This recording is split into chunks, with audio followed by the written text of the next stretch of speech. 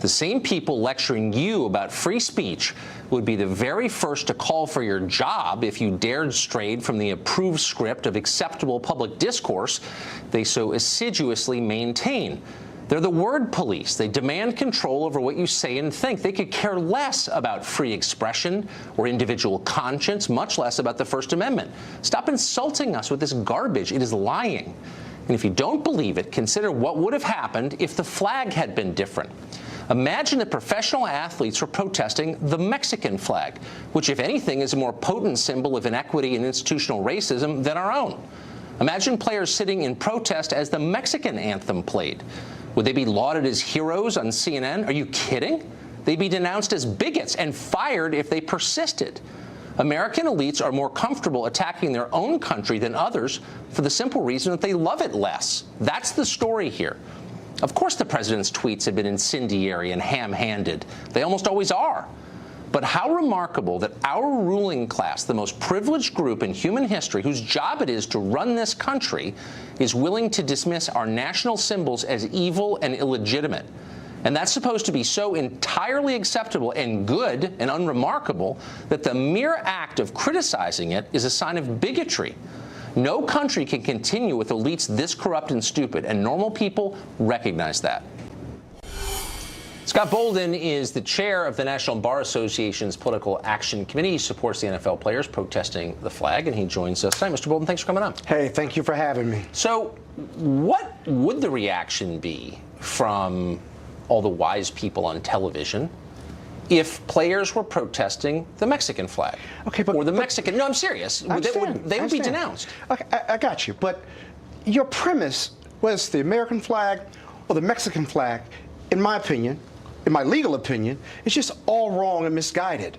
These players are not protesting the soldiers, the anthem, or the flag. They're protesting police brutality, social injustice, and America's reaction to it, and the fact that it persists. Now, if you don't believe how do you that, know that? Yeah, I know that because they haven't said that. Well, they certainly have said that. No, they haven't. They've said that repeatedly. The majority of many teams. I was at the game on Sunday night, and the Raiders, almost every single player, sat for the national anthem. Absolutely. And sat as the colors were presented. And not one of them gave a speech there or on Twitter. Nor would they before a game. So all I know is I watched this or after the game. They didn't explain themselves. They protested the American flag and the singing of the national anthem. That's not true. Well, I watched it. They love the flag, and they love this country, and they love the U.S. Constitution as much as possible. How do you know? Because I've listened to them. I've listened to them. Most of these guys have listened to what they said. Now, them linking arms with the owners and showing unity, Donald Trump drove that narrative because he thought that he wanted them fired.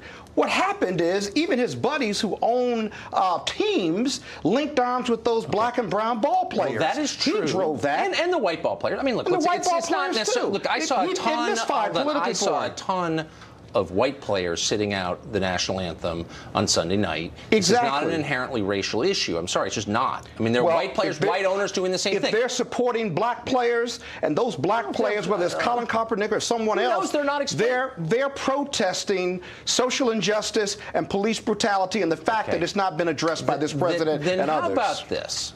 Okay, why not say that? These are some of the most powerful people in our society. They have the loudest possible megaphone. They can tell us what they think. Well, Tucker, they do say that. Why are You're not listening to them. They do say that. I'm in the news business, man. I'm listening clearly very you're not listening to it if you don't think that's what they're protesting. But why not just say it? Why pick our national? Because here's the truth. We fly the flag, we sing the anthem, we do all these silly civic rituals because we don't have a lot in common otherwise as Americans. We're not millennia old. Issue. No, it's the issue. When you start attacking national symbols, it raises the obvious question, which is why are we all united as one? What do we have in common? Well, I'm serious. But see, your premise is fundamental. We're never going to agree on this issue or this interplay. Well, but your position doesn't make any sense. Why does. Sit for the national anthem if it has nothing to do with the national anthem, with the national symbol? Why not write a piece or give a speech and say, I'm mad about police brutality? In which case, I would, and I mean it, I would say that's a fair thing to be mad about. You can't define how I exercise my First Amendment or these players do. I'm not seeking to define it. Well, you are. If you tell me I can't protest while the anthem is playing, then you're telling me when, where, and how I can protest. And those soldiers fought for my right to do that. Come on, don't even go down that. That's beneath you. It's a fair path. It's not beneath you. No, it isn't. I am not. By the way, night after night, I defend the First Amendment, free expression, against attempts by the left. Except these ball players. But I'm not attacking their right to do. That's wrong. Okay, so I'm they not do have a doing right that. Then. So if they have a goes right, without saying. Right. So I don't have to. And I stated it. And I don't have to stand for the national anthem, then, right? Of course, you don't have to stand for the national anthem. So why are you criticizing them? But you should. Oh, you well, shouldn't scream. No, it's the same issue. I'm not arguing that the government should intervene. I'm arguing that decent people should behave a certain way. And if you care about this country, you should express it by the way you behave in public, especially if you're famous. Well, let me ask you this. That's what I'm saying. Let me ask you this.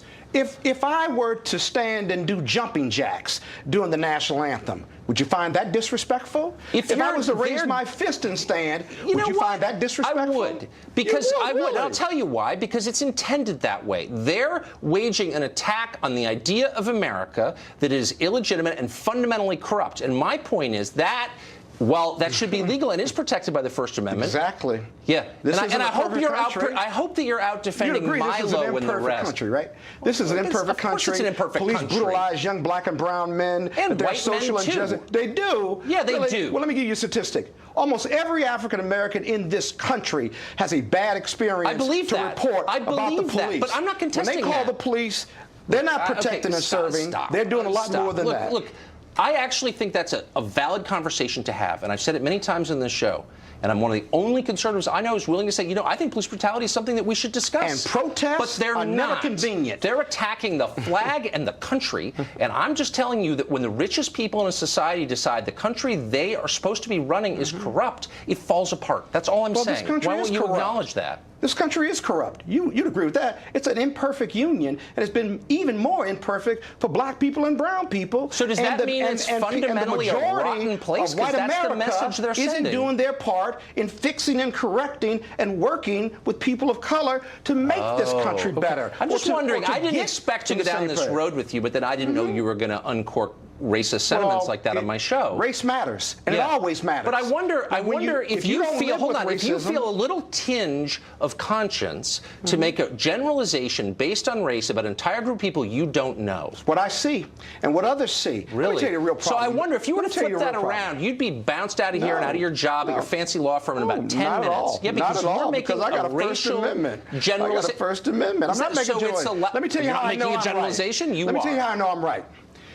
People of color live with racism and racial oppression every day in their communities of color. But it is still a decent country. Does not. So you can never understand my plight. White America does not. So I wonder I've been brutalized by the police. I've been offended by the police. You're wearing $1,000 cufflinks. Don't give me the victim talk. Race is the tie that binds us. Economics may separate us, but the police have wrongfully stopped me. They've spread me out in front of my Georgetown home. You, but you are diverting from the.